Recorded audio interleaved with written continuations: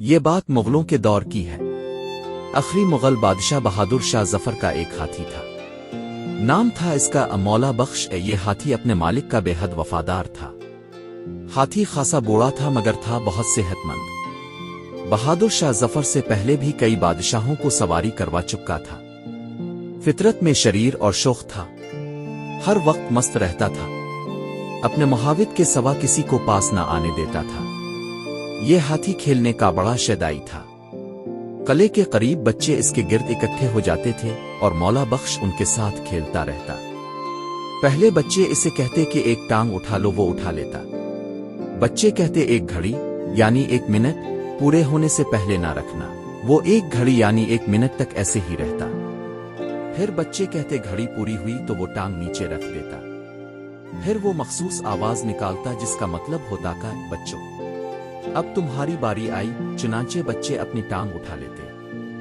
گھڑی پوری ہونے سے پہلے کوئی بچہ ٹانگ نیچے کرنے لگتا تو ہاتھی زور زور سے سر ہلاتا، یعنی ابھی گھڑی پوری نہیں ہوئی۔ غرض وہ بچوں کے ساتھ بہت خوش رہتا تھا، انہیں اپنی سونڈ سے گن کے اٹھا اٹھا کر دیتا۔ جس دن بچے نہ آتے اس دن شور مچاتا، مجبور محاوت بچوں کو بلا کر لاتا۔ ویسے تو یہ بہت شوخ ہاتھی تھا، لیکن جب بادشاہ کی سواری کا موقع آتا تو بہت مؤدب اور سنجیدہ ہو جاتا۔ جب تک بادشاہ صحیح طرح سے بیٹھ نہ جائے کھڑا نہ ہوتا تھا۔ 1857 عیسوی میں جب انگریز قلعہ پر قابض ہوئے اور بہادر شاہ ظفر نے ہمایوں کے مقبرے میں پناہ لی تو مولا بخش بہت اداس ہو گیا۔ بادشاہ سے بچھڑنے کا اسے اتنا غم ہوا کہ اس نے کھانا پینا بھی چھوڑ دیا تھا۔